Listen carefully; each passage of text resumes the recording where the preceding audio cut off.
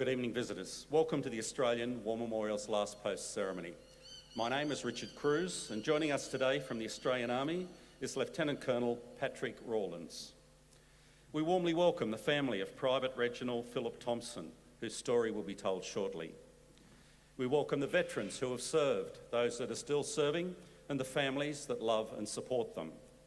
We acknowledge the members of RSL and Services Clubs Association, RSL Victoria and RSL Queensland, who are watching the broadcast of this ceremony across Australia. And during this evening's ceremony, wreaths will be laid at the base of the Pool of Reflection by family and visitors to the memorial. I invite you all to please stand and join in singing the National Anthem.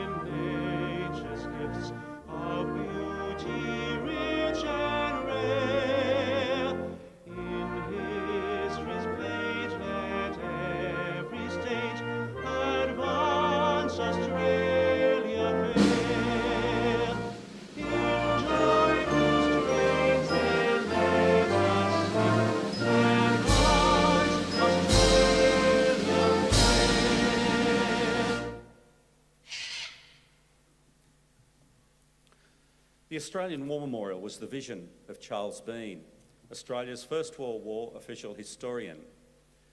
Bean landed with the Australian troops on Gallipoli and stayed with them at the front through to the end of the war. The idea of this national memorial and museum came to him at Pozières, France, in the depths of the bloody fighting of 1916. Bean's idea was that this would be a place where families and friends could mourn their loved ones buried in faraway places. It would also be a place that could help all Australians understand what these men and women had endured and what they had done for us. Bean's vision, to which we remain true, is best expressed as inscribed in the entrance to the memorial's galleries. Here is their spirit in the heart of the land they loved, and here we guard the record which they themselves made. Tonight we'll read the story behind just one of those on the Roll of Honour, which lists the names of more than 102,000 men and women who have given their lives for us in war and on operations for more than a century. But first we present a lament, Flowers of the Forest. Wreaths and floral tributes will now be laid at the base of the Pool of Reflection.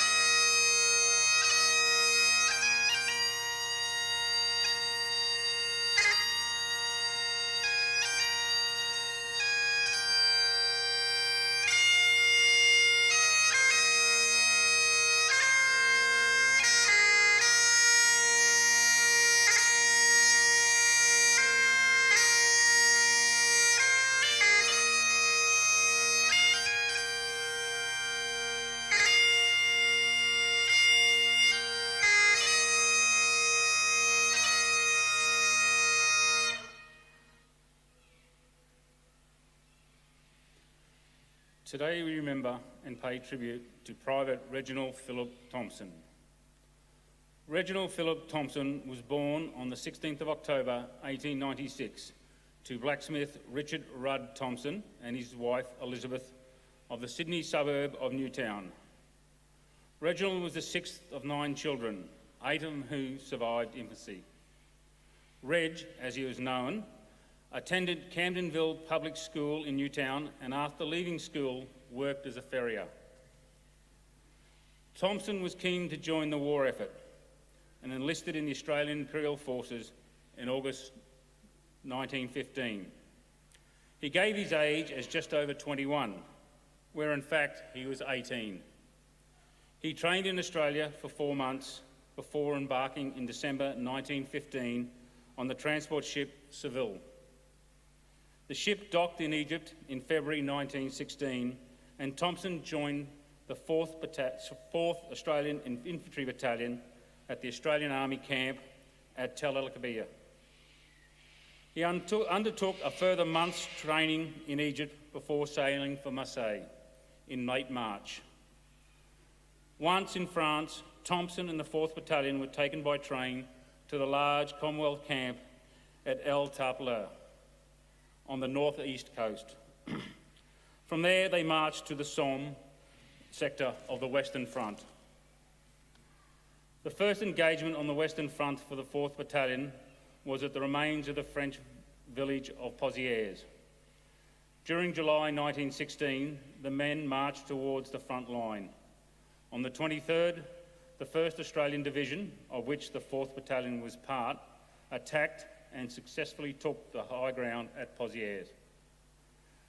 The Germans made a determined counterattack the next day and began a heavy 3-day bombardment of the village, but the Australians held the ground. Thompson and the men of the 4th Battalion were relieved on the 27th of July. The battalion alone suffered 421 casualties, including 72 killed. This represented almost half of their full strength. In August, the 4th Battalion returned to the front line, this time in support of the assault on the ruined farmhouse known as Mukau Farm, just northeast of Pozières. Thompson and his unit relieved the 51st Australian Infantry Battalion on the 16th of August. The Germans defended their position around the farm with machine gun and artillery barrages.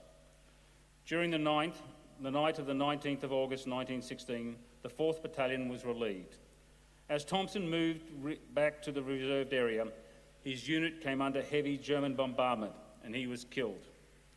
He was 2 months shy of his 20th birthday. 2 of Thompson's older brothers also fought in the First World War. Gunner Bernie Rudd Thompson was killed at the Second Battle of Bullecourt in May 1917. Only 10 days later, his older brother, Private Richard Thompson, was killed while carrying out a trench raid in Belgium.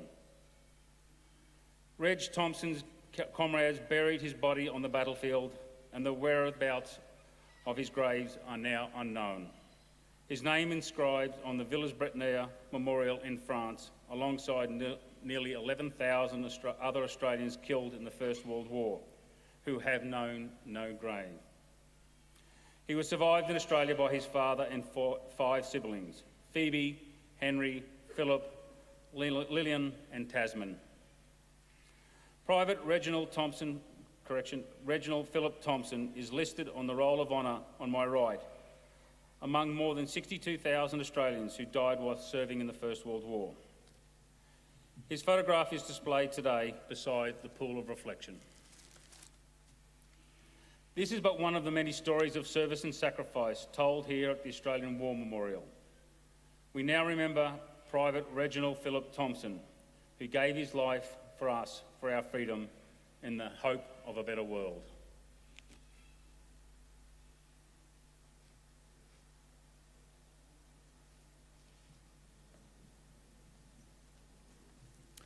Please stand for the reading of the ode and the sounding of the last post.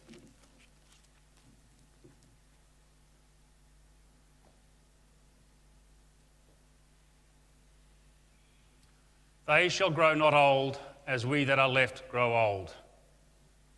Age shall not weary them, nor the years condemn. At the going down of the sun and in the morning, we will remember them. We will remember them.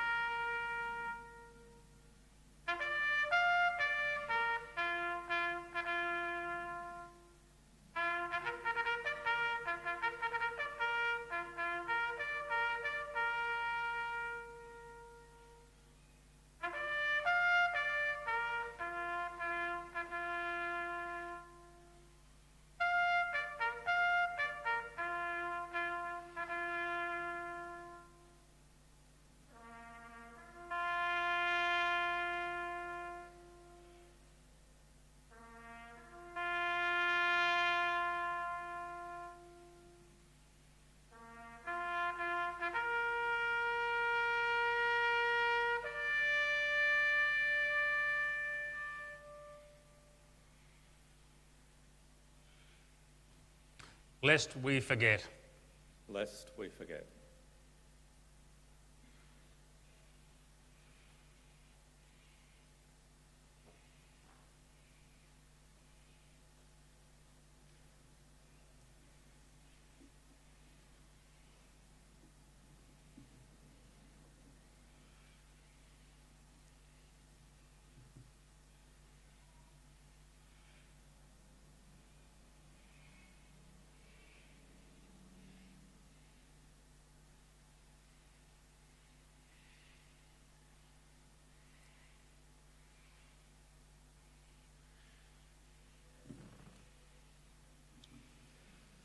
We leave you this evening with the words of the memorial's founder, Charles Bean. Many a man lying out there at Pozières or in the low scrub at Gallipoli, with his poor, tired senses barely working through the fever of his brain, has thought in his last moments, well, it's over. But in Australia, they will be proud of this. Ladies and gentlemen, girls and boys, that concludes this evening's last post ceremony. We thank you for visiting the Australian War Memorial and wish you all a very good evening. Thank you.